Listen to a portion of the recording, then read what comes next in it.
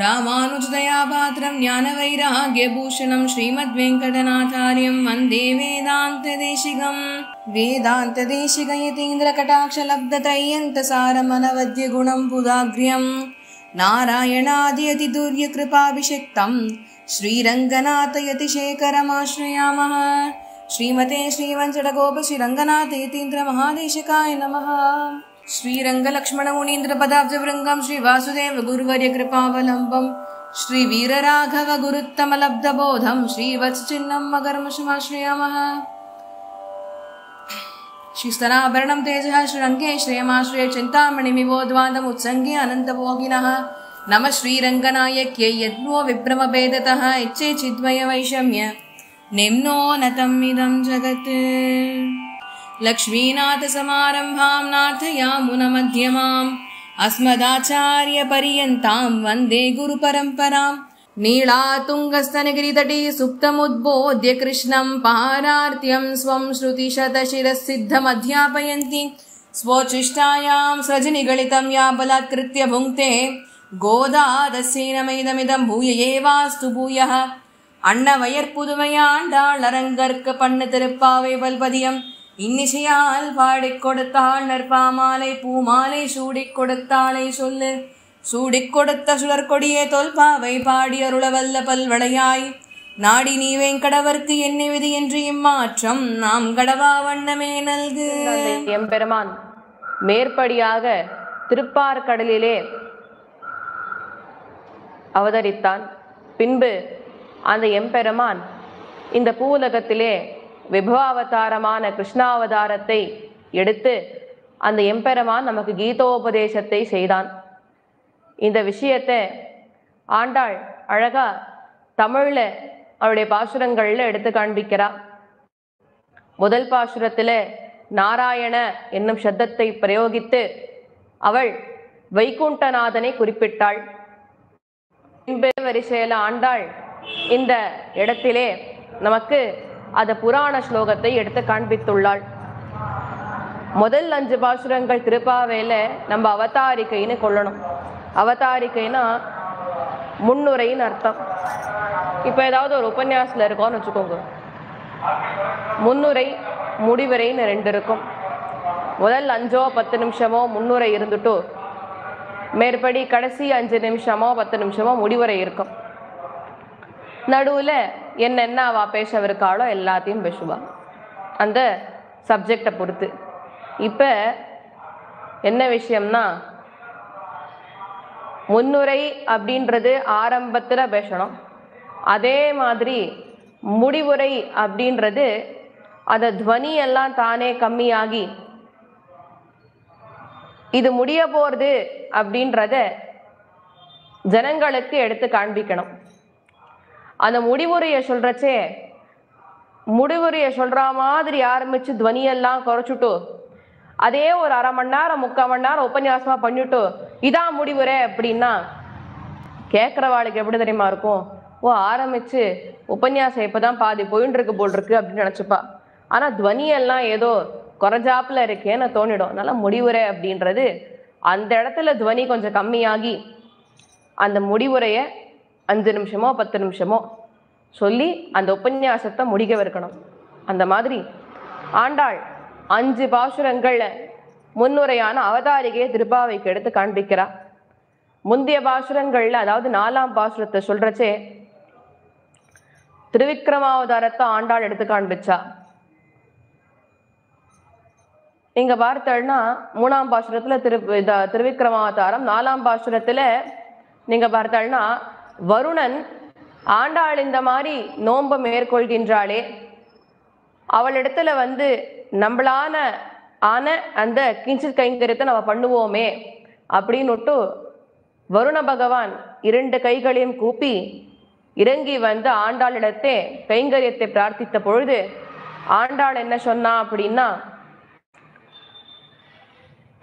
மழையை ஜலமாக, அதாவது ஜலவர்ஷமாக தாங்கள் வருஷிக்க வேணும். மழை அப்படின்றது ஜலவர்ஷம். இந்த இடத்துல அதை தாங்கள் வருஷிக்க வேணும். அது எப்படி சம்பவிக்கணும்னு கேட்டா, சுதர்சன சக்கரம் போல மின்னல் வெட்ட பாஞ்சஜன்யத்தை போல இடி இடிக்கணும். பின்பு பார்த்தோம்னா அதாவது சார்கம் உதைத்த சரமழை போல் என்று ஆண்டாள் பதமிட்டாள். சார்கம் உதைத்த சரமழை போல்னா எம்பெருமான் ராமச்சந்திரமூர்த்தியினுடைய கைகள்ல இருந்து அந்த பான வருஷமானது வந்ததுன்னா உலகமே அழிஞ்சிடும். அந்த மாதிரி இல்லாமல் நீங்க பொழியக்கூடிய ஜலவருஷமானது லோகத்துல இருக்கிறவாளையெல்லாம் சௌக்கியமா வச்சுக்கணும். சரியா? பயிர்கள் எல்லாம் நன்னா விளையணும் வயல்ல. லோகா சமஸ்தா சுகினோ பவந்து. அந்த மாதிரி உங்களோட ஜலமானது தேவை வர்ஷிக்க வேணும். இதை நீங்கள் பண்ணக்கூடிய ஒரு சுத்தி கைங்கரியம் அப்படின்னு விடுறா. ஒரு கோபியருக்கு சந்தேகம் வந்துதான், ஒருவேளை நம்ம மேற்கொள்ளக்கூடிய இந்த நோன்புல ஏதேனும் விக்னங்கள் வந்து விடுமோ என்று அஞ்சினாள். ஏன்னா வருங்க, வசிஷ்டர் ராமர் பட்டாபிஷேகத்துக்கு நாளை குறிச்சார். ஆனா அவர் குறிச்ச தேதியில குறிச்ச நாழிகையில ராமருக்கு பட்டாபிஷேகம் முதல்ல ஆகல. அப்படிப்பட்ட பெரிவாளுக்கே இதுதான் நிலைமை அப்படின்னா நம்மளாம் எந்த மூலை? நாம நினைச்சா அது உடனே நடந்துட்டா நமக்கெல்லாம் ஒரு செருக்கொண்டு வந்துடாது. நான் நினைச்சா கண்டிப்பா நடக்கும் சுவாமி. கொஞ்சம் ஞானம். வசிஷ்டர்லாம் பார்த்தோம்னா பிரயர்த்தனப்பட்டு அவரா சேர்த்துண்ட அந்த ஞானத்தினாலே அவர் ஒரு தேதியை குறிச்சார், ஒரு நாழிகையை குறிச்சார். ராமர் பட்டாபிஷேகம் என்ன அந்த தேதியில் அந்த நாழிகையில் நடந்தது? இல்லவே இல்லையே. அதனால கோபியருக்கு அந்த ஒரு சந்தேகம் இருக்கு, ஒருவேளை விக்னங்கள் வந்துட்டா அப்படின்னா. ஆண்டாள் இடத்துல இதை விண்ணப்பிக்கிறதே இன்னொரு கோபியர் சொன்னாலாம், இந்த பேரு நமக்கு இடக்கைக்கும் வலக்கைக்குமே வித்தியாசம் தெரியாது. இடக்கை வலக்கையே நமக்கு தெரியாது. இப்ப என்ன விக்னங்கள் வந்துட்ட போறது? ஒன்றும் வராது, கவலைப்படாத. நம்மளாம் ஏதோ பிரயர்த்தனப்பட்டு நாம்ளே சேர்த்த கொஞ்சம் ஞானத்தினால நான் தீர்மானித்தபடிக்கு தான் எல்லாம் சங்கல்பிக்கணும், எல்லாம் நடக்கணும்னு சொல்லிட்டா நம்ம வசிஷ்டர் ஆட்டா இருக்கான்னு அர்த்தம். அதே இந்த மாதிரி இடக்கைக்கும் வலக்கைக்கும் தெரியாமல் இருந்தோம் அப்படின்னா, இடக்கை வலக்கை தெரியாமல் இருந்தோம் வச்சுட்டு கோபியர்கள் ஆட்டம், அப்போ வம்பே கிடையாது. அதாவது நான்முகன் பிரம்மாவிற்கே இப்போ மோட்சத்துக்கு போனோம்னா அவர் சரணாகதி பண்ணி தான் ஆகணும். இப்போ யாருக்கு பண்ணுறது சுலபம்? நமக்கு சுலபமா அவருக்கு சுலபமா? அவர் இருக்கிறதோ 14வது லோகத்தில் சத்தியலோகம், நம்ம இருக்கிறதோ கீழே இருக்கிற பூலோகத்தில். அவருக்கு அவரிடத்துல இருக்கிற அந்த பச்சை விடுறது சுலபமா? நம்மள்கிட்ட நம்ம வச்சுட்டு இருக்கிற அந்த பச்சை விடுறது சுலபமா? நம்ம நிறைய சேர்த்து வச்சுட்டு இருக்கோம். இப்போ சொத்து கர்மங்கள் என்னென்ன இருக்கோ இது எல்லாத்தையும் தொலைச்சாதான் இப்ப மோட்சத்துக்கு போகவே முடியும். அதே போலதான் பிரம்மாவிற்கும் அவரண்ட என்னென்ன இருக்கோ அவர் எல்லாத்தையும் தொலைச்சாதான் மோட்சத்துக்கு போகவே முடியும். ஒரு வியாக்கியானத்தில் அழகா சொல்றச்சே பூராச்சாரியர் ஒருத்தர் எழுதுறார், நமக்கு தான் பச்சை விடுறது சுலபம்னார். ஏன்னா நம்ம தான் ஒண்ணுமே வச்சுக்கலையே. எதா வச்சுண்டா தானே நம்மளாம் வந்து விடுறதுக்கு. எதையுமே வச்சுக்கலையே. எப்பொழுதுமே ஒரு வஸ்திரம், அதாவது ஒரு வேஷ்டி 2 வேஷ்டி இதோட நிறுத்திண்டோன்னா ஈஸியா விடுறது சுலபம். சரியா? விடுறது சுலபம். 2 புடவை தான். ஒன்னை வந்து தோச்சு நான் காய வச்சுட்டேன்னா இன்னொன்னத்தை உடுத்தின்னு விடலாம். 2 புடவை இதை வச்சுட்டோம்னா எங்க வேணாலும் போயிடலாம் பாருங்க, சுலபமா போயிடலாம். அதே மாதிரி ஒரே ஒரு வேஷ்டியோ இஞ்சி போனா 2 வேஷ்டி வச்சுட்டோன்னா எங்க வேணா போயிடலாம். இந்த 2 தாண்டித்து அப்படின்னா தான் இங்க வந்து நிறைய சூட்கேஸா இப்ப வந்து இப்போ வஸ்திரங்கள் எடுத்துன்னு வரப்பெல்லாம் எங்க வைக்கிறதுன்னு யோசிக்கணும். வச்சா அது பத்திரமா இருக்குமா, எலி கடிக்காம இருக்குமா, பூச்சி எதுவும் வந்து அரிச்சிடாம இருக்குமா புடவையெல்லாம் அப்படின்றதெல்லாம் யோசிக்கணும். சரியா? புடவை கிழியாம ஜாக்கிரதையா பார்த்துக்கணும். இவ்வளவு இருக்கு. 2 புடவைனா ஒன்று போச்சுன்னா இன்னொன்று இருக்கு, உடுத்திண்டு அதையே நம்ம வந்து மேனேஜ் பண்ணிக்கலாம். அந்த மாதிரி இருந்துட்டா விடுறதுக்கு தான் ஒண்ணுமே இல்லையே, எல்லாத்தையும் தான் விட்டாச்சே. இப்போ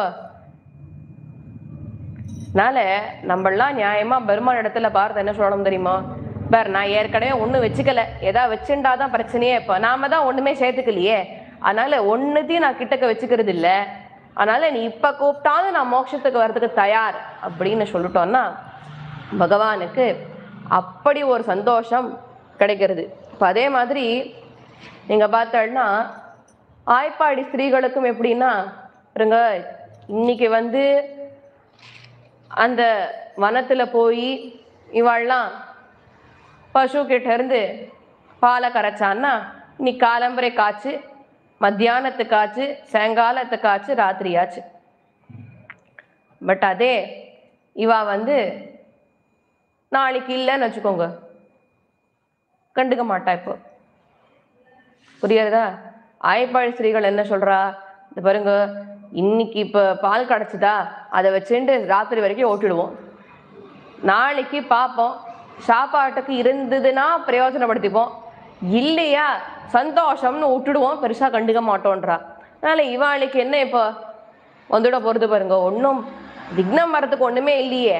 அதான் இன்னொரு ஸ்திரீ சொல்றானா, இன்னொரு கோபியர் பார்த்து சொல்றா, இவர் இப்படி இருந்துட்டா நமக்கு பிரச்சனையே கிடையாது, அதனால இவர் குறைச்சலா ஞானம் இருக்கே அப்படின்னு நினைச்சுக்காதே. குறைச்சலா ஞானம் இருக்கே, பெருமாள் மோட்சம் கொடுப்பனோ மாட்டானோ அப்படின்னு நினைச்சுக்காதீங்க. வைராகியம் தான் இருக்கிறதுலே ரொம்ப வசதி. ஞானத்தை எதற்காக சேர்க்கிறோம்? இப்போ வைராகியம் வரணுங்கிறதுக்காக தானே ஞானத்தை சேர்க்கிறோம். அதே ஞானம் நமக்கு செருக்க கொடுக்க போறதுன்னு சொல்லிட்டா ஞானமே தேவையில்லையே. எதை நம்ம நியாயமா வித்யா அப்படின்னு சொல்லணும்னா வித ஞானேன இதி வித்யா அப்படின்னு சொல்றது சாஸ்திரம். வித ஞானேன இதி வித்யானா எது ஒண்ணு நம்மள மோட்சத்துக்கு கழிச்சுட்டு போறதோ அதுதான் வித்யை. நான் படிக்கிற இன்ஜினியரிங்கோ டாக்டரேட்டோ எதுவுமே இப்ப நான் மோட்சத்துக்கு கழிச்சுட்டு போறது இல்லை, வைராகியத்தை உண்டுபடுத்தவே போறது இல்லை. படிச்சதுனால என்ன வருது? ஒரு செருக்கு. இந்த செருக்கு வந்தா என்ன ஆறுது? பெருமானிடத்தில் அண்ட விட மாட்டேன்றது. கூடவே என்ன ஆறுது? நான் படிச்சுட்டேன், நான் வேலைக்கு போகணும், நான் சம்பாதிக்கணும், இத்தனையும் இருக்கு. இத்தனையும் இருந்தா அல்டிமேட்டா என்ன ஆறுது? பற்று வளர்ந்துட்டே போறது. பற்று வளர்ந்துட்டே இருந்தா என்ன ஆறுது? மோட்சத்துக்கு போறதுக்கு இடைஞ்சலா இருக்கு. இது மோட்சத்துக்கு போறதுக்கு வழி விட மாட்டேன்றது. பற்ற வெட்டி விட்டா தான் ஆச்சு பெருமாள்கிட்ட போனோம்னா. இத்தையும் வச்சுட்டு பெருமாளையும் சேவிப்பேன்னா ஆகாது. அதனால இந்த ஞானம் அப்படின்றது குறைச்சலா இருக்கேன்னு நினைச்சுக்காதீங்க. வைராகியம் இருந்தா தான் பெருமாள் மோட்சம் கொடுப்பேன். சம்சாரத்தை விடணும் அப்படின்ற ஒரு வைராகியம் நம்மளிடத்துல வரணும். அந்த வைராகியம் இருந்ததுன்னா பெருமாள் மோட்சத்தை கொடுத்துரும். ஏன்னா பெருமாள் பிராதானியமா வைராகியத்தை தான் பாக்குறான், ஞானத்தை காட்டிலும். அதனால ஞானம் குறைச்சலா இருக்கே, பெருமான் மோட்சம் கொடுப்பனோ மாட்டானோ அப்படின்னா வருத்தப்பட்டுக்காதீங்க. ஏன்னா ஞானத்தை பார்த்து பெருமான் மோட்சத்தை கொடுப்பானா அப்படின்றது இப்ப அடியே தெரியாது. ஆனா வைராகியம் இருந்தா மோட்சம் உறுதி அப்படின்றது அவனே நிறைய இடங்கள் எடுத்து காண்பிச்சிருக்கான். அதனால வைராகியத்தெல்லாம் பெருமாள் மோட்சத்தை கொடுக்குறான். இப்ப நீங்க பார்த்தோம்னா இன்னொரு விஷயம், இந்த ஆய்ப்பாடி ஸ்ரீகள்கிட்ட பார்க்கணும்னா அவ தன்னிடத்துல இருக்கிற அந்த தெம்ப வச்சுண்டோ தன்னிடத்துல தான் வச்சுட்டு இருக்கிற நம்பிக்கையை கொண்டு ஒன்னும் இந்த நோன்பை மேற்கொள்ளல. எல்லாம் கண்ணன் பார்த்துப்பான், கண்ணன் இடத்துல இருக்கிற நம்பிக்கையை கொண்டுதான் இந்த கோபஸ்ரீகள்லாம் 30 நாட்கள் இந்த விரதத்தை மேற்கொள்றாளே தவிர்த்து தன்னிடத்துல இருக்கிற அந்த நம்பிக்கையை வச்சுட்டு தன்னை நம்பிட்டு ஒன்னும் விரதத்துல இறங்கல, பெருமாளை நம்பி விரதம் பண்றா. அதனால நிர்விக்னமா இருக்கும் அப்படின்னு கோபஸ்ரீ சொல்றாங்க. இதே மாதிரி கௌசல்யாவுக்கும் சுமித்ராவுக்கும் இடையில ஒரு சம்பாஷணை போச்சு. கௌசல்யா ரொம்ப வருத்தப்பட்டா. சுமித்ரா இடத்துல சொல்றா, நிறைய சந்தேகங்கள் வர ஆரம்பிச்சு கொடுத்து. வருத்தத்தினால வரக்கூடிய சந்தேகம். ராமன், சீதா, லக்ஷ்மணன் 3 பேரும் வனவாசத்துக்கு போயாச்சு.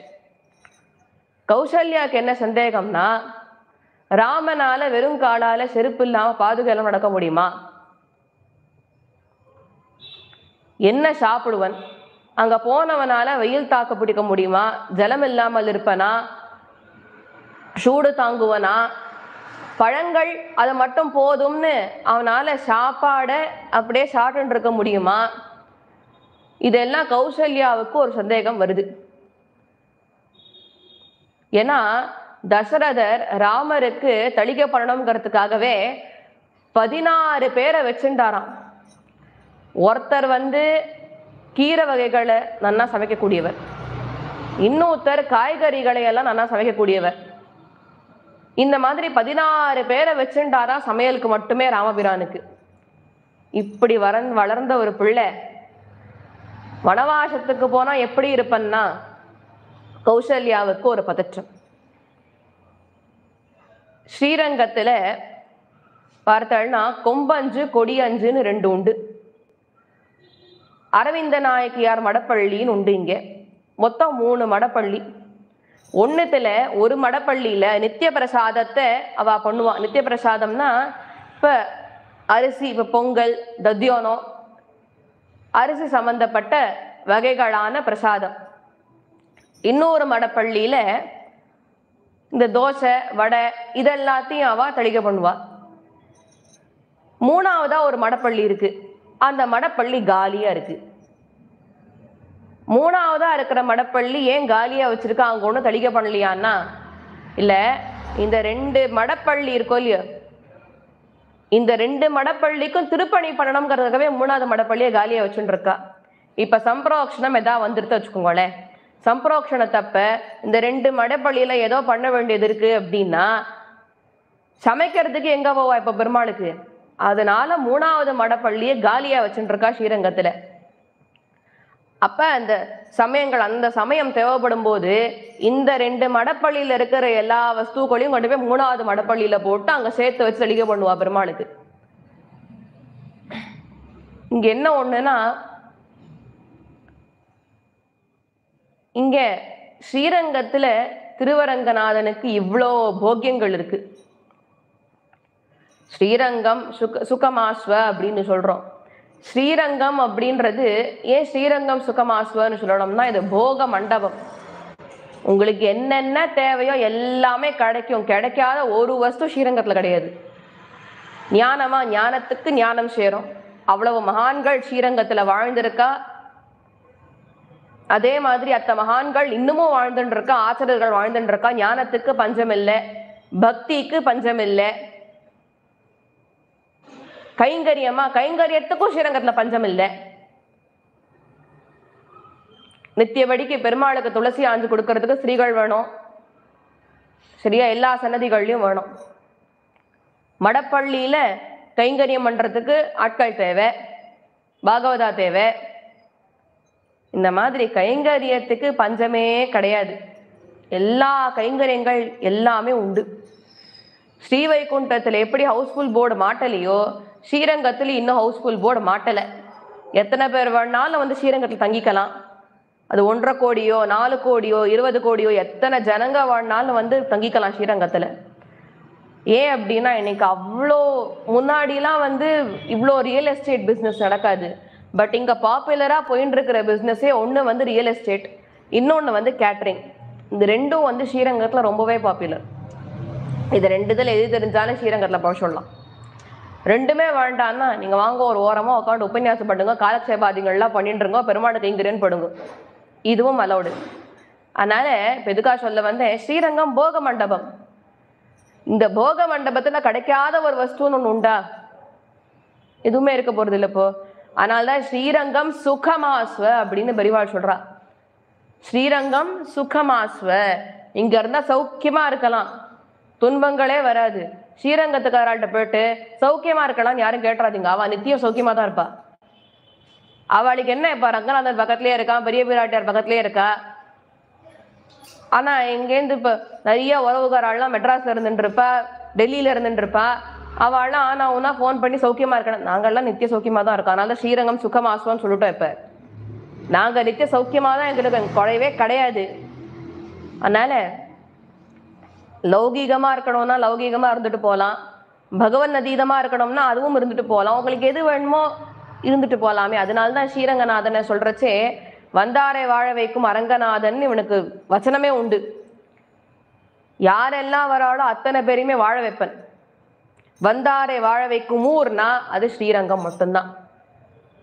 அவ்வளோ ஃபெசிலிட்டிஸ் வந்தாச்சு. அதனால இந்த இடத்துல திருவரங்கநாதனுக்கு எவ்வளவு போக்கியங்கள் உண்டுன்னா, ஏன் எனக்கு இவ்வளவு போக்கியங்கள்னா ராமர் ஆராதித்த பெருமாள். அதனால்தான் 3 மடப்பள்ளி எல்லாம் இங்க உண்டு. ராமன் ஆராதித்த பெருமாள், ஆராதித்த பெருமாளுக்கே இத்தனை போகியங்கள் உண்டுன்னா ராமருக்கு எத்தனை போகியங்கள் இருக்கணும். அதனால்தான் கௌசல்யா வருத்தப்படுறா, சூடு தங்குவனோ, ராமன் மாட்டுக்கு வனவாசத்துக்கு போயாச்சே, அவன் சூடு தங்குவனோ, இந்த செருப்பு இல்லாம போன நடக்க முடியுமா குழந்தையால, கல்லுலையும் முள்ளுலையும். நான் மாட்டுக்கு அந்த குழந்தைய அமுச்சு விட்டேனே, எனக்கு கஷ்டமா இருக்கு, அந்த குழந்தை என்ன திணற போறதோ தெரியலையே, காட்டுல இருக்க முடியுமா அதால, இப்படியெல்லாம் கௌசல்யாவுக்கு சந்தேகங்கள் வருது. அப்ப சுமித்ரா சொல்றாளாம், ஏண்டி குழந்தைய பெத்தியே தவிர்த்து உனக்கு வேதார்த்த ஞானமே இல்லை சுத்தமா. உன் பிள்ளை எப்படிப்பட்டவன் தெரியுமோ, அமரரேரேன்னு தொண்டடி பொடியாளர் சொல்ற மாதிரி அமரர்களுக்கு எல்லாம் அதிபதி அவன், அக்னி பகவானுக்கே அந்தர்யாமியாக இருக்கக்கூடியவன். அவன் பரந்தாமன், பரமாத்மா. அவனுக்கு எந்த விதமான கஷ்டங்களும் வராது, கவலையே படாத. உன் ராமபிரான் அங்கே சௌக்கியமாக இருப்பான் அப்படின்னு சுமித்ரா கௌசல்யாவை தேத்தரா.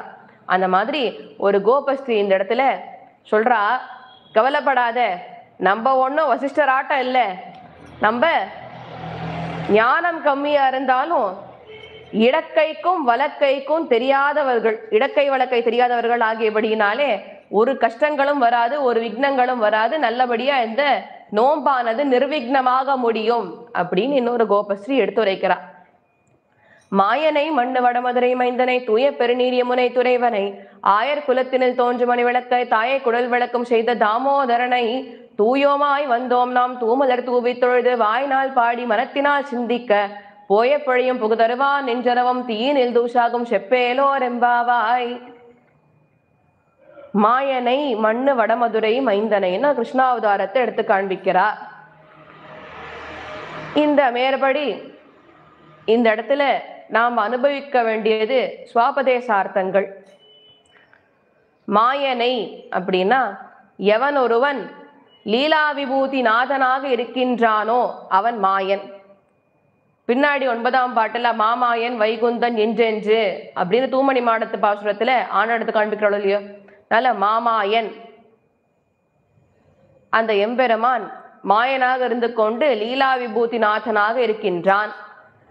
மண்ணு அப்படின்னா பரவாசுதேவ மூர்த்தியுடைய வடமதுரை ஸ்ரீவைகுண்டநாதனுடைய, பரவாசுதேவன் அவன் எங்க இருக்கான், ஸ்ரீவைகுண்டம். அதனால 2 பேரு, மண்ணு வடமதுரை, பரவாசுதேவ மூர்த்தியினுடைய லீலா விபூதி தான் இது. அதனால பரவாசுதேவ மூர்த்தி லீலா விபூதி நாதன் ஒண்ணு.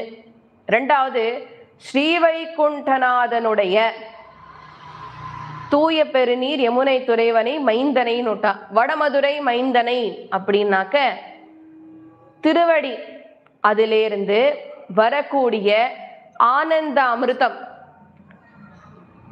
தூய பெருநீர் யமுனை துறைவனை, அவனுடைய வாசம் எங்க இருக்குன்னு கேட்டாக்க யமுனை துறைவனை, யமுனை கரையிலே வாசம் செய்கின்றான். இவ்விடத்துல யமுனை அப்படின்றது விரஜையோட கம்பேர் பண்ணப்படுறது. யமுனை தான் விரஜை. எப்படி ஸ்ரீரங்கத்தை சொல்றச்சே காவேரி விரஜாசேயம் வைகுண்டம் ரங்கமந்திரம் ச வாசுதேவோ ரங்கேஷா பிரத்யக்ஷம் பரமம் பதம் விமானம் பிரணவாகாரம் வேதஸ்ருங்கம் மஹத்புதம் ஸ்ரீரங்க சாயி பகவான் பிரணவர்த்த பிரகாசக என்று ஸ்ரீரங்கத்தை சொல்லுகின்றோமோ, ஸ்ரீரங்கத்தை சொல்றச்ச என்ன விஷயம்னா காவேரி விரஜாசேயம், இங்க ஓடுற காவேரி தான் ஸ்ரீவைகுண்டத்துக்கு முன்னாடி விரஜையாக இருந்துட்டு இருக்கு.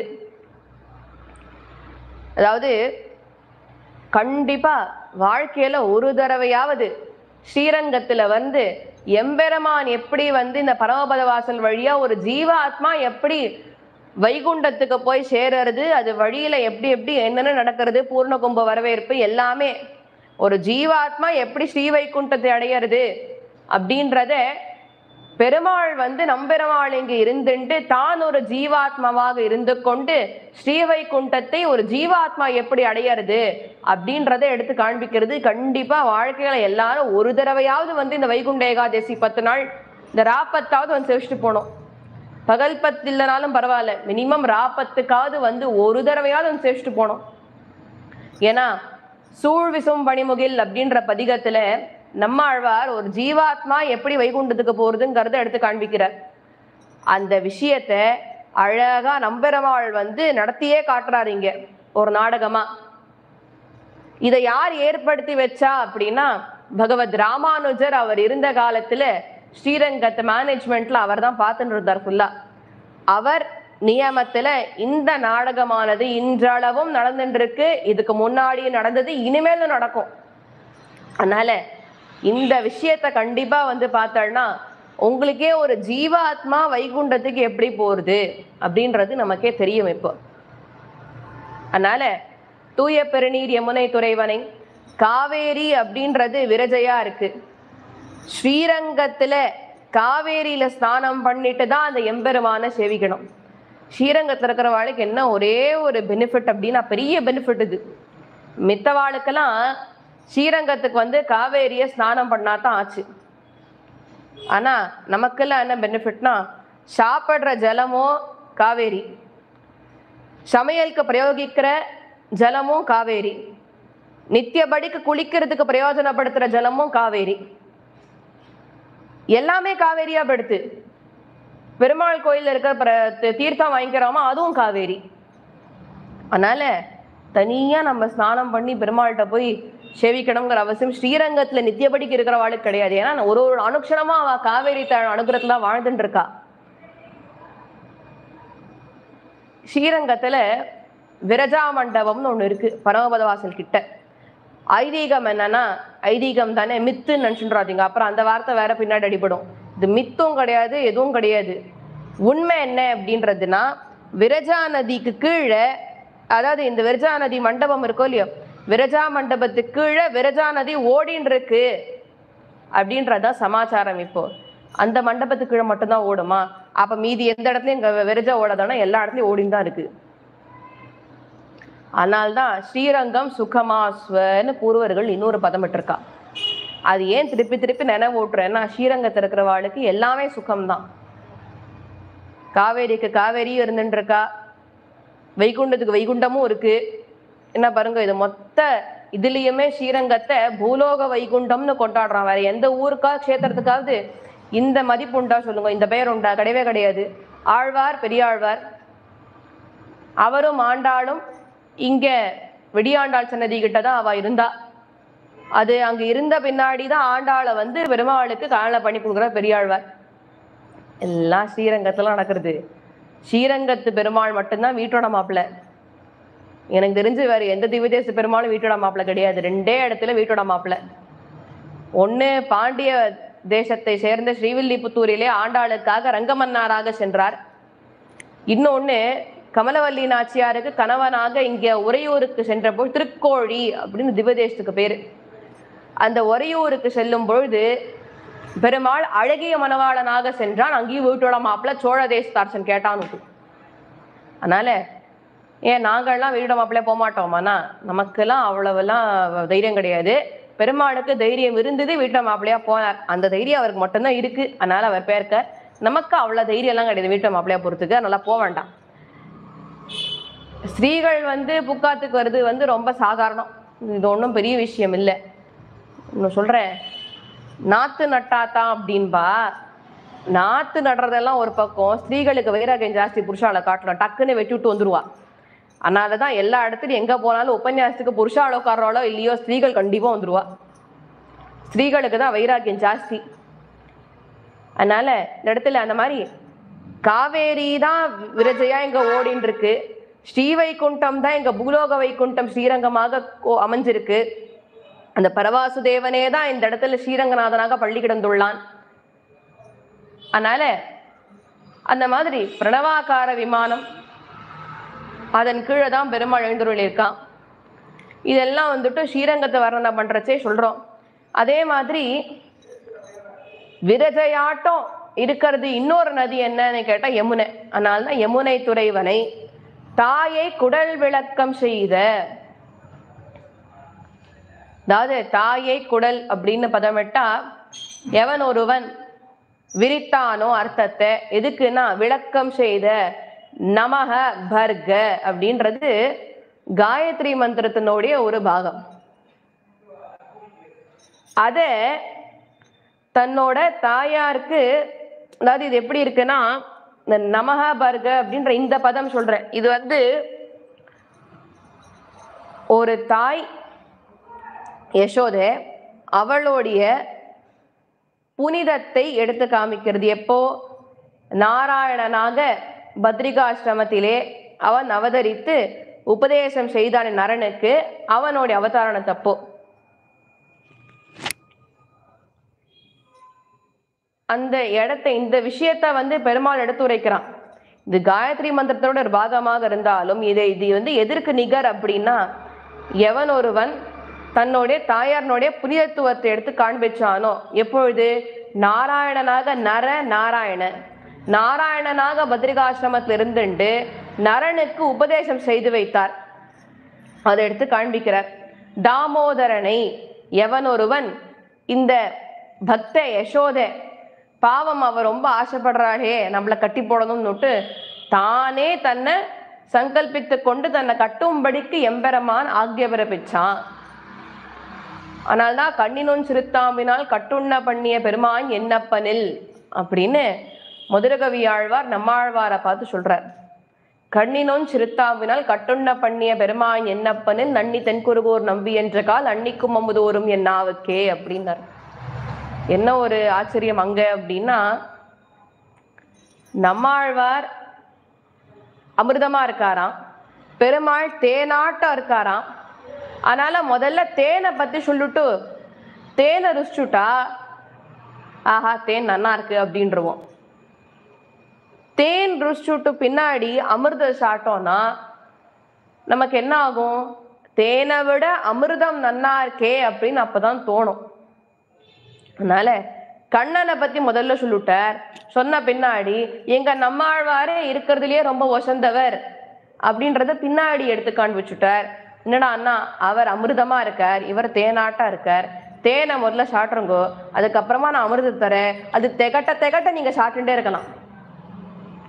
அமிர்தம் பருகிய வண்ணம் தாங்கள் இருக்க வேணுங்கிறது ரெண்டாவதா அமிர்தம் சொல்றதுனால இந்த இடத்துல தாமோதரனை, அந்த எம்பெருமான் தானாகவே முன்வந்து, பரவாயில்ல என்னோட தாயார் என்னை கட்டி போடணும்னு ஆசைப்படுறா, பரவாயில்ல கட்டி போடட்டுமே அப்படின்னு சொல்லிட்டு தன் வயத்தெல்லாம் சுருக்கிண்டு சுரூபத்தோட எழுந்துள்ள இருந்து அந்த எம்பெருமான் யசோதையை உரல்ல கட்டி போடும்படிக்கு செய்தான். தாமோதரனை தூயோமாய் நம்ம அப்படிப்பட்ட அந்த எம்பெருமான வாக் மனஸ் கரணம் இது மூன்றையும் கொண்டு அந்த எம்பெருமானிடத்திலே சுத்தியோட போனோம்னா, மனசா வாச்சா கர்மணா மூணு சுத்தியும் நமக்கு வேணும்.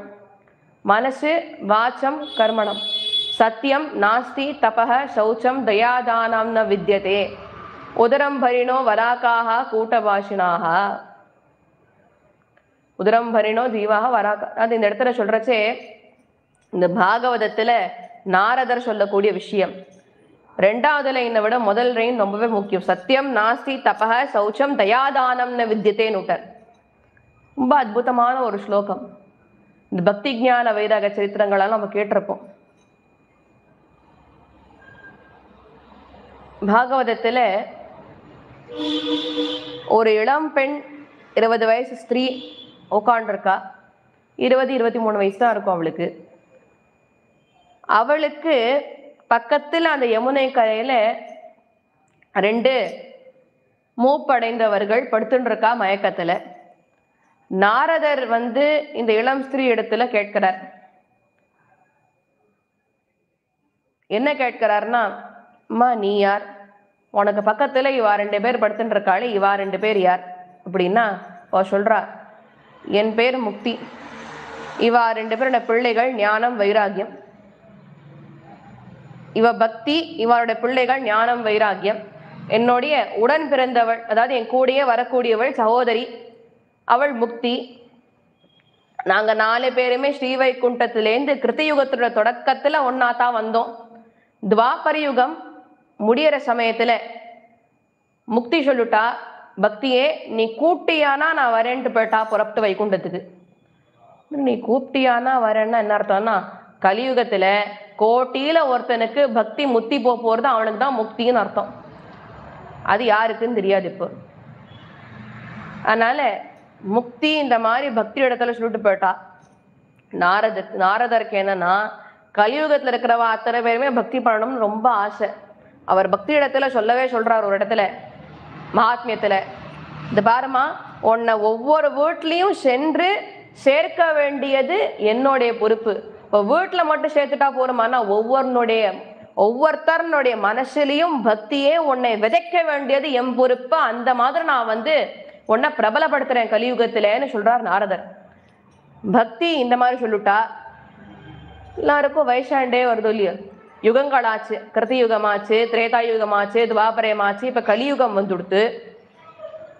அப்ப அவ சொல்றா, பக்தி அந்த இடத்துல நான் 4 பேர் ஒன்னாத்தான் வந்தோம், முக்தி புறப்பட்டு போயிட்டேன். அப்புறம் நான் கலியுகத்துல நானு, வைராகியம், ஞானம், நாங்க 3 பேருமே இப்படி எல்லா இடத்துக்கும் போயிட்டே வந்தோம். நாங்க எங்க அவதரிச்சேன் அப்படின்னா, அவ சொல்றா, நான் உற்பன்னே திரவிடேசாகம் அப்படின்றா. நான் பிறந்தது திராவிட தேசத்துல, திராவிடம்னா தமிழ்நாடு, நான் பிறந்தது தமிழ்நாட்டுலன்றா பக்தி. மேற்படி அவ வளர்றது அங்கேருந்து புறப்பட்டு கர்நாடகத்துக்கு போறா, அங்கேருந்து மகாராஷ்டிராவுக்கு போறா, வயசாருது. அங்கேருந்து அதுக்கப்புறமா கொச்சின் குர்ஜரேன்னா குஜராத்துக்கு போறா வடக்கே. அங்க போயிட்டு வெளில வரும்போது அவளுக்கு மொத்தமா வயசாடுறது. அப்ப வயசாரத்தே இவளுக்கு மட்டும் பக்திக்கு என்ன எடுத்து, ஞானம் வைராகியம் ரெண்டுத்துக்கும் தான் வயசு எடுத்து, பக்திக்கும் வயசு எடுத்து, கடைசியில எல்லா இடத்துலயும் சுத்தி பார்த்துட்டு பக்தி இறுதியில யமுனை கரையை தொடுறா. யமுனை கரையை தொட்ட பின்னாடி அவளுக்கு இளமை திரும்பிடுத்து. ஆனா ஞானத்துக்கும் வைராகியத்துக்கும் இளமை திரும்பவே இல்லை. அப்ப நாரதர் இந்த பெண்ணிடத்துல சொல்றாளாம், இது ஏன் இப்படி யாருதுன்னு தெரியல, ஆனா நீ ஒரு விஷயம் புரிஞ்சுக்கோ, யமுனை கரை கண்ணன் கால் பதித்த இடம். ஞான திருஷ்டியால பார்த்து இப்போ ஒன்னொன்னத்தையும் சொல்ல போறாரு. இப்போ இவர் ஞானத்தையும் வைராகியத்தையும் எழுப்புறதுக்கு ரொம்பவே முயற்சிக்கிறார். பகவத்கீதையே வாசிச்சாச்சு, சஹஸ்ரநாமத்தை வாசிச்சாச்சு, வேதங்களை வாசிச்சாச்சு, உபனிஷத்துகளை வாசிச்சாச்சு, எல்லாத்தையும் வாசிச்சு முடிச்சாச்சு. இருந்தாலும் அவ 2 பேர் எழுந்திருக்கல. அவருக்கு என்ன பண்றதுன்னு தெரியல. இப்ப பக்தி புலமென்று இருந்தாள நாரதர்கிட்ட சொல்றா ஓப்பனாவே, பக்தியான எனக்கே இதான் நிலைமைனா பக்தி இல்லாதவா நிலைமை என்னன்னா, அவளுக்கே வயசாடுத்தோலே கலியுகத்துல. பக்தியான எனக்கே இதான் நிலைமைனா என்ன அர்த்தம்னா, பக்தி பண்றவாளுக்கே இதான் நிலைமை. ஞானமும் வைராகியமும் இந்த நிலைமையில இருக்கு பக்தி பண்றவாளுக்கே. இல்லாத வாழ்கிட்ட போயிட்டு நான் என்னத்தான் கேட்கறது? அப்ப நாரதர் ஒரு வார்த்தை அழகா சொல்றாரு அந்த இடத்துல, மா கலியுகத்துல உனக்காவது துளி காரியம் இருக்குன்னு சொல்லிக்கலாம், கூடவே ஞானத்துக்கு உன்னை விட குறைச்சலா துளியோண்ட காரியம் இருக்கு. ஆனா வைராகியத்துக்கு வேலையே இல்லை. ஒருத்தரும் வைராகிய சீலர்கள்லாம் கிடையாது.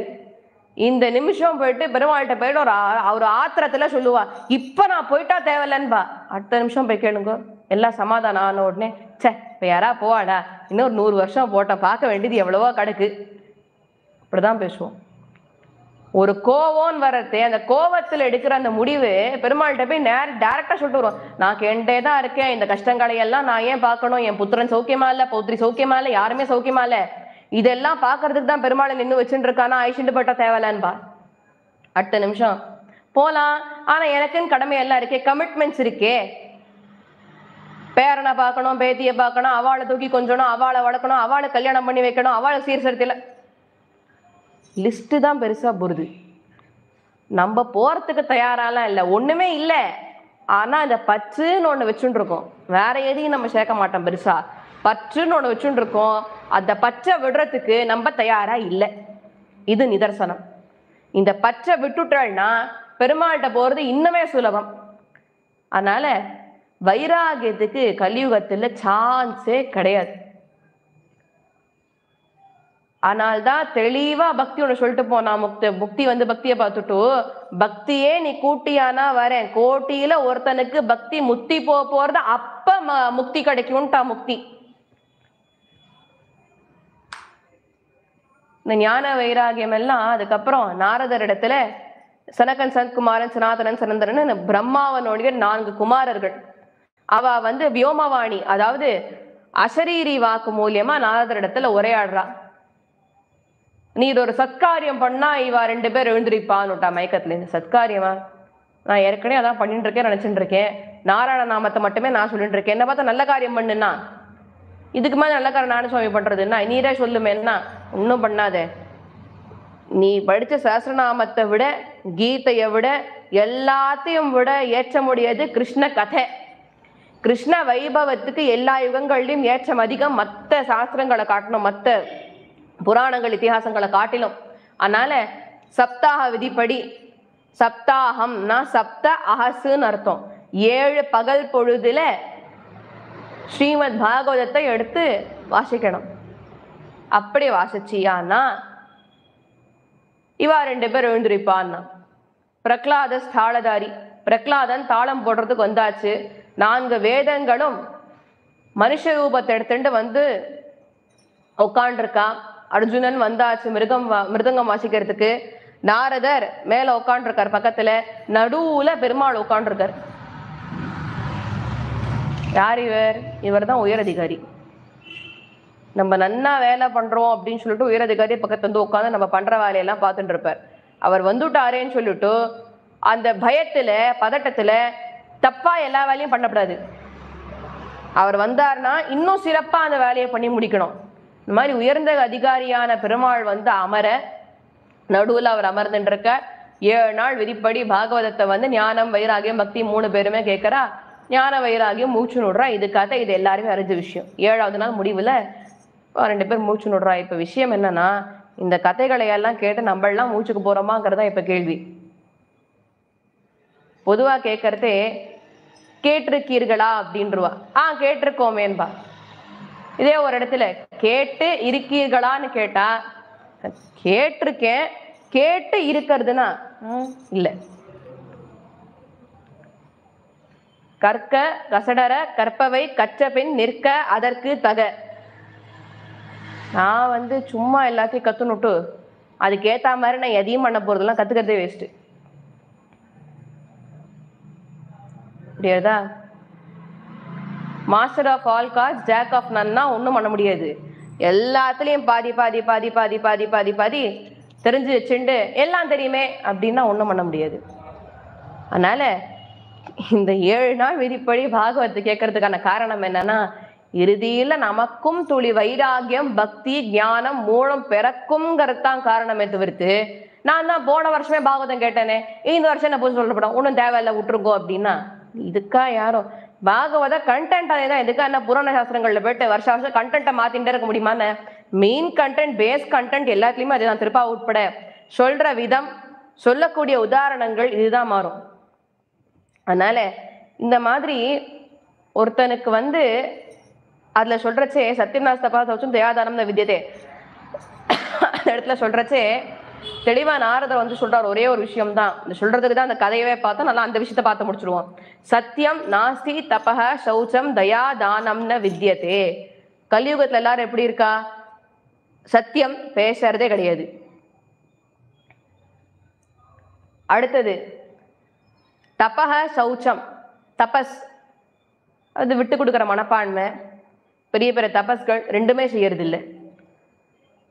சௌச்சம் அப்படின்னா மனசுல நினைக்கிறத தான் வாயால பேசணும், வாயால பேசுறதான் செயல்ல காட்டணும். அதுக்கு ராமன் உதாரணம், கண்ணன் உதாரணம். நம்ம என்ன பண்ணுவோம்? மனசால ஒன்று நினச்சிப்போம், வாயில சொல்ல மாட்டோம். இது இந்த என்ன விஷயம்னா ஒர்க்கிங் ஸ்மார்ட் அப்படின்பா. நீ பண்ண போற காரியத்தை முதலியே வெளில சொல்லிட்டியான்னா கெடுக்கிறதுக்கு ஒரு 10 பேர் வந்துருவா.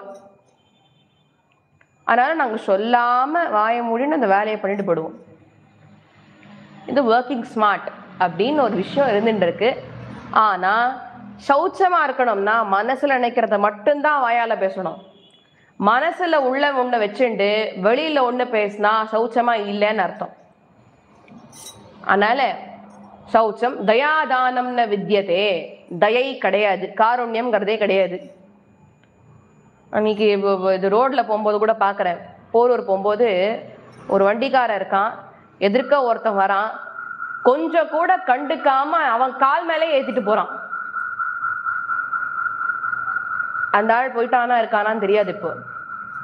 ஆனா இதுதான் நம்மள்ட்ட இருக்கிற காருண்யம் இப்போ. அதனால காருண்யம் கண்டிப்பா வேணும். அதே போல வைராக்கியமும் வேணும். காருண்யம் இருக்குங்கிறதுக்காக வைராக்கியத்தை அப்படியே தாரவாத்து கொடுத்துடக்கூடாது. வைராக்கியமும் வேணும், காருண்யமும் வேணும். தயா தானம். எது தானம்? எங்கிட்ட இருக்கிற பழைய வஸ்திரத்தை கொண்டு போய் ஒரு 4 பேர்கிட்ட கொடுத்துட்டா இல்லாதவாளுக்கு தானம்னு பேரா? இல்ல.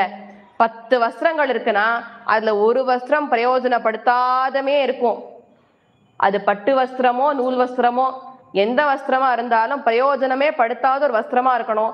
அதை கொண்டு போய் இல்லாதவர்கள்ட்ட கொடுத்தா தான் தானத்துல சேர்த்தினே கண்ணன் அர்ஜுனன் சொல்றான் பகவத்கீதையில. அதனால இதெல்லாம் இருக்கணும். உதரம் பரிணோ ஜீவாக வராக்காக கூட்டபாஷினாக. உதரம் பரிணோ ஜீவாக வராக்காக கூட்டபாஷினாக. ஜனங்கள் எல்லாம் கலியுகத்துல எப்படி இருக்கான்னா, வயத்து பொழப்புக்காக இன்னொருத்தர் மேல பழிய போட்டுட்டு பொய் சொல்லிட்டு அதர்மத்தை பண்ணிட்டு அவ மாட்டுக்கு வேலையை பார்த்துன்னு போயிட்டு இருக்கான்.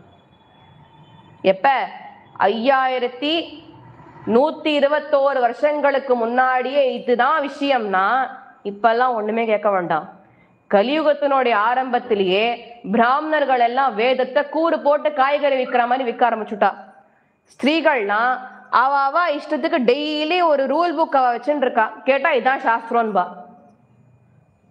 அவளுக்குன்னு வரும்போது டெய்லி சாஸ்திரம் மாறும். புரியுறதா?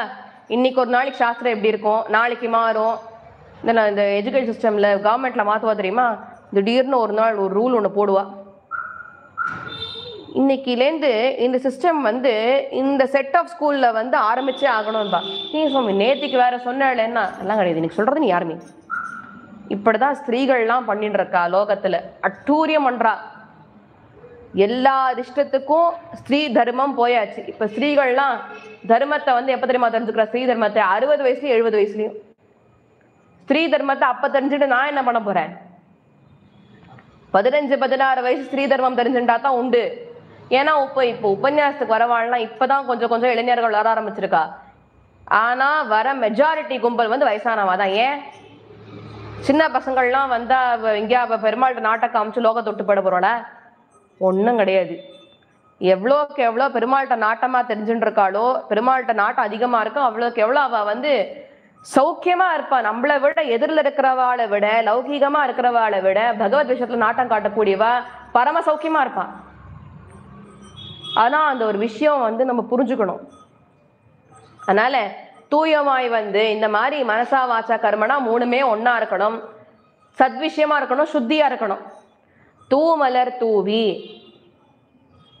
ஆனுபூர பரியந்தம் பண்ணணும். ஆனுபூர பரியந்தம்னா என்ன? பெருமாளுக்கு பிடித்தமான புஷ்பங்கள், இட்டமான பசுக்கள்னு கடன சொல்றோம் இல்லையோ. அதனால இட்டமான புஷ்பங்கள். பெருமாளுக்கு எது இட்டமான புஷ்பம்? விருந்தாதேவி. வடக்க போனா விருந்தான்பா கவலைப்படாதீங்க, 2 ஒண்ணுதான். இந்த பாங்கே பிஹாரி அப்படின்றாலும் இல்லையோ, அந்த பெருமாளுக்கு ஆக்சுவலா பாங்கே பிஹாரின்னா அவனுக்கு 3 இடத்துல வளைவு இருக்கும். கால் இப்படி வளைஞ்சிருக்கும், இடுப்பு கிட்ட ஒரு வளைவு இருக்கும், கை மடங்கி இருக்கும் புல்லாங்குழல் பிடிச்சுட்டு இருக்கிறதுனால. அதனால பாங்கே பிஹாரின்னா 3 இடத்துல வளைவு இருக்கக்கூடியவன் அப்படின்னு அர்த்தம். இந்த பல பேர் என்ன சொல்றான், வன்கே விஹாரியை தான் பாங்கே பிஹாரின்னு சொல்ற. 2 வேற. வன்கே விஹாரின்னு சொன்னா வனத்துல திரியக்கூடியவன் அர்த்தம். பாங்கே பிஹாரின்னு சொன்னா 3 இடத்துல வளைவு இருக்கக்கூடியவன் அர்த்தம்.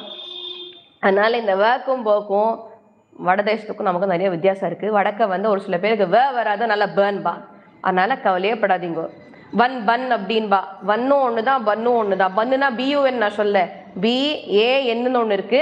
அதை இங்கிலீஷ் சொல்லும் போது பேன் அப்படின்பா. அது பேன்லாம் கிடையாது, BAN தான். இது பன் அவ்வளவுதான். அது வன்னுக்கும் பன்னுக்கும் ஒன்றும் பெரிய வித்தியாசம் இல்லை. 2மே வனத்தை தான் குறிக்கும், காட்டை தான் குறிக்கும். அதனால அது மாதிரி பெருமாளுக்கு இட்டமான புஷ்பங்கள் என்னன்னு கேட்டா திருத்துழாய், துழாய் மாலை. பெருமாள் சாத்தின்னு இருக்காரோ இல்லையோ துளசி மாலை. துளசி பெருமாளுக்கு ரொம்பவே பிரியமானது. அந்த துளசியை கொண்டு பெருமானை அர்ச்சித்தல், தொழுது அந்த மாதிரி பெருமாளுக்கு அர்ச்சனை செய்து வாயினால் பாடி எம்பெருமான ஹரிநாம சங்கீர்த்தனத்தை கொண்டு அழைத்தல். எம்பெருமான நாம சங்கீர்த்தனங்கள் மூலியமா கூட்டம்னா என்ன ஆறுது? வாக் இந்திரியங்கள் ரெண்டுமே சுத்தி ஆயிடுறது. பெருமாளுக்கு ரிஷிகேஷன்னு பேரு. ரிஷிகளுக்கெல்லாம் கேசன் என்ன அர்த்தம்? இந்திரியங்களுக்கெல்லாம் தலைவன் அர்த்தம். இந்திரியங்களை அடக்கி வைக்கக்கூடியவன் அர்த்தம், கண்ட்ரோல் பண்றவன் அர்த்தம்னா ரிஷிகேஷன்னு பேரு. அந்த ரிஷிகேஷனை நம்ம வாக்கால பேசினோம் அப்படின்னா, அவன் நாமங்களை சொன்னோம்னா, இதுல எது பண்ணாலும் சரி வாக் சுத்தி அடையும். இந்திரியங்கள் தானே பெருமாள் கட்டுப்பாட்டுக்குள்ள போடும். அதனால நம் வசத்தை இந்திரியங்கள் இருந்தா கஷ்டம். பெருமாள் வசத்தை இந்திரியங்கள் இருந்தா தான் கட்டுப்பாட்டோட இருக்கும். நம் வசத்தை இருந்ததுன்னா வேணா வச்சுப்போம், வேண்டான்னா ஓப்பன் பண்ணிடுவோம். அந்த இந்திரியங்கள் என்ன ஆகும்? தன் இஷ்டத்துக்கு ஊர் ஃபுல்லா மேய ஆரம்பிச்சிடும், மாடு மேயற மாதிரி. அதனால இப்படி எல்லாம் இருக்கக்கூடாது. இந்திரியங்கள் பெருமாள் வசத்தை இருக்க வேண்டும். அப்ப என்ன ஆகுது? இந்திரியங்கள் கட்டுப்பாட்டுக்குள்ள வருது. மனத்தினால் மனசும் சரீரமும் அவனை தவிர்த்து வேற எதையும் தியானிக்க கூடாது. இதர தேவதாந்திர ஆராதனை, இதர லௌகீக விஷயங்கள், இதெல்லாம் நாட்டம் போகவே கூடாது. போறதெல்லாம் எப்படி இருக்கணும்னா, பகவானுக்காகத்தான் இன்னும் வாழ்ந்துட்டு இருக்கேன்னு ஒருத்தராவது சொல்றோமா நம்ம? சச்ச, கணவனுக்கா வாழறேன், பேத்தி இருக்கா அவளுக்கா வாழ்ந்துட்டு இருக்கேன், பொண்ணு பிள்ளை இப்பதான் கல்யாணம் ஆயிருக்கு வாழ்ந்துட்டு இருக்கேன், அவளுக்கு ஒரு பேரம் பத்தி பார்த்தா அதுக்காக வாழ்வேன். நீ எத்தனை பேருக்கா வாழ முடியும்? நமக்காக வாழறவாளும் இருக்கா. நமக்காகனா நான் எனக்காக வாழறேன்னு சொல்றேன், அடுத்த வாளுக்கா வாழல. நமக்காக எனக்காக நான் வாழறேன். எனக்கு பிடிச்சதை நான் செய்யறேன், பிடிக்காத நான் செய்ய மாட்டேன். இது எனக்கா வாழ்தல். இது எல்லாம் தாண்டி பெருமாளுக்காக வாழறதுன்னு ஒண்ணு இருக்கு. பெருமாள்கிட்ட போயிட்டு, டே நான் இன்னைக்கு இந்த புடவை கட்டின்னு இருக்கேன், நல்லா இருக்கா இல்லையான்னு பார்த்து சொல்ல, உனக்கு பிடிச்சிருக்கா இல்லையானா ஆமா இல்ல அவன் பதில் சொல்வான். ஏன்னா அவன் ஒண்ணு காது அடைச்சு நிக்கலாம், வாய் பேசாதவன் கிடையாது, எல்லாம் பேசுவான். அவன் நித்தியபடிக்கு ஹிருதய கமலத்துல இருந்துட்டு பேசிட்டு தான் இருக்கான். என்ன பண்ணிட்டோம் நம்மனா, காது ரெண்டுத்தையும் லௌகீகத்துக்கே விட்டுட்டோம் நம்ம. தாரவாத்து இந்த கன்னியாதானம் பண்ணி கொடுப்பா தெரியுமா, கல்யாணத்துல தானமா கொடுக்குறேன்னு, அந்த மாதிரி ரெண்டு காதையும் நம்ம லௌகீகத்துக்கே தானம் பண்ணி கொடுத்துட்டோம். அப்ப என்ன ஆகுது? வெளி சத்தங்கள் எல்லாம் காதுக்குள்ள போறதே தவிர்த்து, இன்னார் பேசினா இதுக்கா பேசுறா. இன்னும் சில பேர்லாம் இருக்கா, ஊருக்கா வாழ, ஊருக்கா வாழ்ந்து ஊர் என்ன உங்களை சீராட்டி பாராட்டி உங்களுக்கு செலவழிக்க போறதா, என்ன பண்ண போறது? இவா பேசுறா, ஏன் இவாளுக்காகவே நான் ஊரோட ஒத்து போறேன், இன்னும் தேவையில்லை. ஊர்ல இருக்கிறவா ஒத்தரும் சிபாரிசு பண்ணி நமக்கு ஒன்றும் பண்ணி கொடுக்க போறது இல்லை. பகவான் தான் சிபாரிசு பண்ண போறான் அப்படின்றத தெளிவா புரிஞ்சுக்கணும். பகவான் தான் எல்லாம் பண்ண போறான். அவன் ஆசிரித்து இருந்தா தான் நம்மளாம் ஏகாந்திகள் வம்சத்திலே சேர்த்தி, இல்லைன்னா நம்ம ஏகாந்திகள் கூட கிடையாது. அதனால அந்த இடத்துல பெருமாளை கொண்டாடணும். பெருமாளுக்காக நான் இருக்கேன், அவனுக்கு பிடிச்சிருக்கா நான் செய்யறேன், அவனுக்கு பிடிச்சிருக்கா நான் இதை பண்றேன், பிடிக்கலையா நான் பண்ண மாட்டேன். அவனுக்கு பிடிக்காத எந்த விஷயத்தையும் நான் பண்ண மாட்டேன். அவன் செய்யாதேன்னு சொன்ன என்ன விஷயத்த நான் செய்ய மாட்டேன். எதை செய்யணுமோ அதை மட்டும்தான் செய்வேன்னா பெருமாளுக்காக இருத்தல் மனத்தினால். அப்படின்னா மனசும் சரீரமும் இந்த உடம்பும் பெருமாளுக்கே உரியதாக இருக்கணும். சிந்திக்க அவாவாளுடைய சாஸ்திரங்கள் என்ன சொல்றதுன்னா, உடனே நான் ஒரு சாஸ்திரம் எழுதுறேன்னு ஆரம்பிக்காதீங்க. அவாவாளுக்குன்னு தர்மங்கள் இருக்கு. இப்ப வர்ணாசிரம தர்மம் தனியா இருக்கு, கிரகஸ்தாசிரம தர்மம் தனியா இருக்கு, பிரம்மச்சரியாசிரம தர்மம் தனியா இருக்கு, சரியா, சன்னியாச தர்மம் தனியா இருக்கு. இது மாதிரி அவாவாளுடைய குலம் ஆச்சாரியர்கள் என்ன சொல்றாளோ, எதை சாஸ்திரம்னு ஆச்சார புருஷர்கள் சொல்றாளோ அதை சாஸ்திரம்னு நாம மேற்படி ஏத்துண்டு நம்ம அந்த எம்பெருமானை பணிதல் சிந்திக்க வேணும். போய பிழையும் நம்ம சேர்த்து வச்சுட்ட எல்லா கர்மங்கள் போய பிழையும் புகுத்தருவான். சரணாகதிக்கு முன்பு செய்த பாப்பங்கள், சரணாகதிக்கு பின்பு செய்த பாப்பங்கள். பாப்பங்கள்னா பாவம் மட்டும்தான் அப்படின்னு நினைச்சுக்காதீங்க. பாவம் புண்ணியம் ரெண்டுமே சரணாகதிக்கு முன்னாடி பண்றது, பின் பண்றது. அதனால புகுத்தருவான் நின்றனவும். சரணாகதிக்கு முன்னாடி செய்த பாப்பங்களையும் பெருமாள் அழிச்சுடுறான், சரணாகதி பண்ணும்போது அழிச்சுடுறான், பண்ண பின்னாடி பண்ற கர்மங்களையும் அழிச்சுடுறான். எப்ப அழிக்கிறான்? இந்த சரீரத்தை விட்டு இந்த ஆத்மா பெருமாள்கிட்ட மோட்சத்துக்கு போகணும்னு கிளம்புறதோ இல்லையோ, அதனால அப்படி போறதே இந்த ஜீவாத்மாக்கு இருக்கிற கர்மங்களை எல்லாம் பெருமாள் அடியோடு அழிச்சுடுறான். அழிச்சுட்டு தான் மோட்சத்துக்கு அழிச்சுட்டு போறான். எப்படி அழிப்பன்னா, நிறைய பாவங்கள் சரணாகதிக்கு அப்புறம் நம்ம பண்ணிட்டே தான் இருக்கோம். புண்ணியம் தான் கம்மியா படுத்திப்போம். பாவத்தை சேர்த்துட்டே போறதுனால என்ன ஆகுது, கடைசி காலத்துல அவஸ்தைப்பட வேண்டியதா இருக்கு. போற காலத்துல கால் வலி, கை வலி, கண்ணு தெரியாம போறது, காது கேட்காம போறது, ஒரு சில பேர் படுக்கையிலேயே போயிடுறா, ஒரு சில பேர் கோமால போறா. இதெல்லாம் எதனால வருது? பண்ண பாவத்தினுடைய பலன் தான் எல்லாமே. இதை ஒரு காரணமா வச்சுட்டு இருக்கோம். வயசா எடுத்துன்னா ஆர்த்ரைட்டிஸ் வந்துடும், ருமட்டாய்டு ஆர்த்ரைட்டிஸ் ரொம்ப காமன், வெரிகோஸ் வெயின்ஸ் வந்துடும். லிஸ்டா சக்கரை வியாதி, பிபின்னு லிஸ்டா சொல்லிட்டே போனா என்னது இது? நமக்கு நாக்கு அடக்கம் வேணும், அது இருந்ததுன்னா சக்கரை வியாதி வராது. சும்மா சும்மா சும்மா சும்மா இஷ்டத்துக்கு கோவப்பட்டுட்டே இருக்கப்படாது. அனுக்ஷணமும் கோவப்பட்டு இருந்தா பிபி தான் வரும். பிபிக்கு டேப்லெட் போடுறதுனால மட்டும் பிபி சரியாயிடுது. பல பேர் நினைச்சுட்டு இருக்கா பிபி டேப்லெட் போட்டால் சரியாயிடும்னு. பிபி டேப்லெட் போடுறதுனால மட்டும் ஒன்று பிபி அப்படியே குறைஞ்சு ஜீரோக்கு வந்துடாது. எல்லாம் நல்லிஃபை ஆகணும், நார்மலுக்கு வரணும்னா ஒழுங்காக டெய்லி வாக்கிங்னு எக்ஸசைஸ் ஏதாவது ஒன்று பண்ணணும். கூடவே இப்போ உப்பெல்லாம் கம்ப்ளீட்டாக கட் பண்ணி தான் ஆகணும். பிபி இப்போ ஹையாக இருக்குது அப்படின்னா, ஒரு 300-400லாம் இருக்குன்னா கம்மி பண்ணி தான் ஆகணும். நான் அது உப்பு சாப்பிடாம நாக்கெல்லாம் வறண்டு போட்டு உப்பு சாப்பிட்டே இருப்பேன்னா பிபி ஏறிண்டே தான் போகும். இருக்கு சர்க்கரை டெஃபினட்டாக கம்மி பண்ணி ஆகணும். சர்க்கரையும் பிபி ஏற்றும், அதனால சர்க்கரையும் கம்மி பண்ணி தான் ஆகணும். இந்த லிஸ்ட் ஆஃப் டயட்ரி ரெஸ்ட்ரிக்ஷன்ஸ் தான் இருக்கு. இதெல்லாம் நீங்கள் ஃபாலோ பண்ணினா தான் பிபி சுகர் எல்லாமே வராமல் இருக்கும்.